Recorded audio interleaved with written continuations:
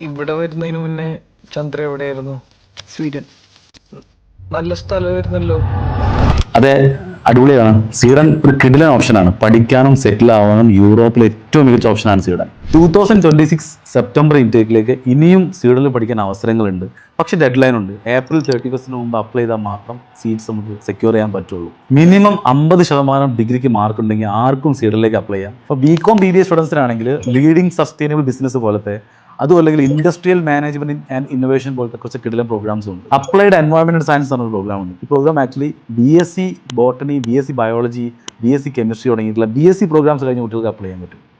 അതുപോലെ embedded intelligence system, network forensics പോലത്തെ കുറച്ച് സ്പെഷ്യൽ പ്രോഗ്രാംസ് IT-കാർക്ക് വേണ്ടി വരുന്നുണ്ട്. അപ്പോൾ IT ഡിഗ്രി കഴിഞ്ഞാൽ BTech IT അല്ലെങ്കിൽ DCA അല്ലെങ്കിൽ MCA അല്ലെങ്കിൽ IT ഏത് ഡിഗ്രി കഴിഞ്ഞാൽ അവർക്ക് ഈ കോഴ്സിന് അപ്ലൈ ചെയ്യാൻ പറ്റും. Exercise biomedicine, health and performance എന്നൊരു പ്രോഗ്രാം ഉണ്ട്. ഇത് ആക്ച്വലി സൈക്കോളജി കഴിഞ്ഞവർക്കും B.Pharma അതുപോലെ ബയോമെഡിസിൻ കഴിഞ്ഞ സ്പോർട്സ് ആൻഡ് എക്സസൈസ് കഴിഞ്ഞ ആൾക്കാർക്ക് അപ്ലൈ ചെയ്യാൻ പറ്റും. BTech കഴിഞ്ഞവർക്ക് എപ്പോഴും സ്വീഡനിൽ കിടിലൻ ഓപ്പർച്യൂണിറ്റീസ് ഉണ്ട്. Mechanical, triple IT, electrical, electronics ഒക്കെ അപ്ലൈ ചെയ്യാൻ പറ്റും. April 30 മുമ്പ് അപ്ലിക്കേഷൻ വരുവാണെങ്കിൽ നമുക്ക് കറക്റ്റായിട്ട് പ്രോസസ് ചെയ്ത് ഈ സെപ്റ്റംബർ ഇൻടേക്ക് തന്നെ നമുക്ക് എന്ത് ചെയ്യാൻ പറ്റും, സ്വീഡനിലേക്ക് ഫ്ലൈ ചെയ്യാൻ പറ്റും. അപ്പോൾ സ്വീഡനാണ് നിങ്ങളുടെ ഒരു ഓപ്ഷൻ എങ്കിൽ ഇപ്പോൾ തന്നെ കമൻറ്റ് ചെയ്തോ, വിളിച്ചോളൂ. Will help you out.